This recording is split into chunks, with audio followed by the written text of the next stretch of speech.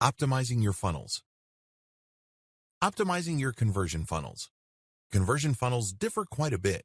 Some are just made of one sales page. Others involve different sales pages that plug into each other. Even others use a mailing list. You have to optimize each of these differently. Start with elements.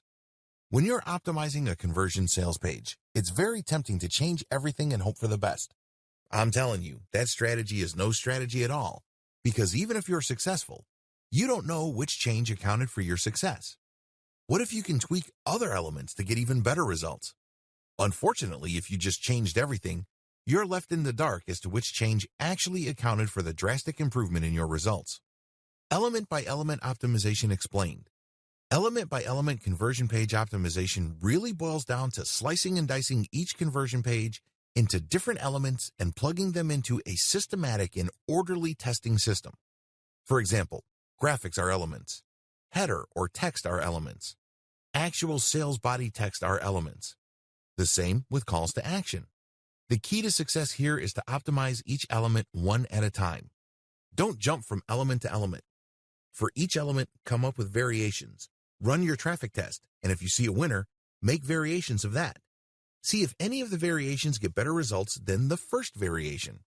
Keep repeating this evolutionary process until you reach a point where you cannot optimize your element any further. In other words, you can't get any further improvements in conversions. Once that happens, you switch over to the next element and optimize that as well. Keep repeating this process until you end up with a sales page or a series of sales pages that convert at their fullest potential. You can use the same strategy for your mailing list as well. You can optimize your squeeze page, and you can use the same strategy for your mailing list updates. Optimizing your content funnel. You also have to optimize your content funnel just like your conversion funnel. It's not as bad as you think.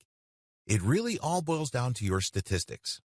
For every 10 pieces of content you publish on your blog, only one of them will account for most of the traffic you get. Identify the theme of that successful content and publish more on that theme.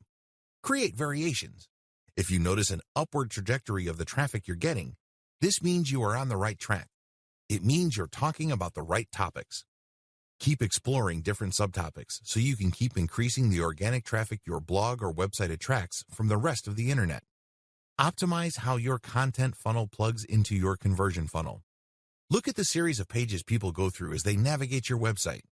Do you notice that a certain path is more popular than the rest? Read each page on that path and see if you can recreate that path for new pieces of content. If you get to the point where you can repeat that same success, then make this the default path for all the content on your blog. This is not something that happens overnight. It requires a tremendous amount of traffic. It also requires quite a bit of patience. But the good news is, if you're able to do this, you can maximize dwell time and also boost overall conversions because you are plugging a larger chunk of your traffic to your conversion pages. This is crucial, especially if you're not paying for traffic on Facebook and Google. Conclusion. Do it now, seriously.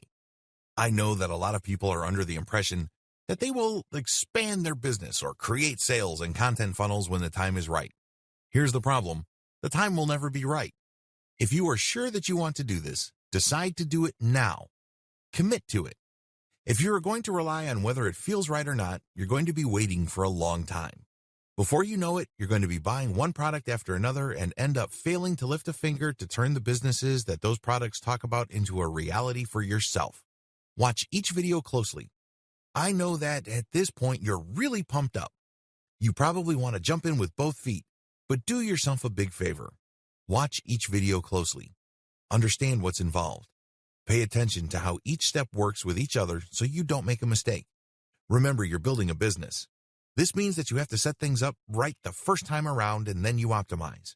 You can't do things in a half-baked way. You can't just build it and then backtrack. Try to get things as well put together in the beginning so that you can start to produce results and you remain motivated to keep optimizing your business. Have faith. Finally, you must have faith in yourself. You have to understand that people have been pulling off the things that I'm talking about in this training for a long time. They're making good money. If they can do it, why can't you? Please understand that you're not much different from other people. Sure, you may have zero budget, but you have a lot of time. Sure, you may not have an in-depth knowledge, but you have your sense of curiosity and excitement. Whatever the case may be, stop making excuses for yourself to delay and start taking action today.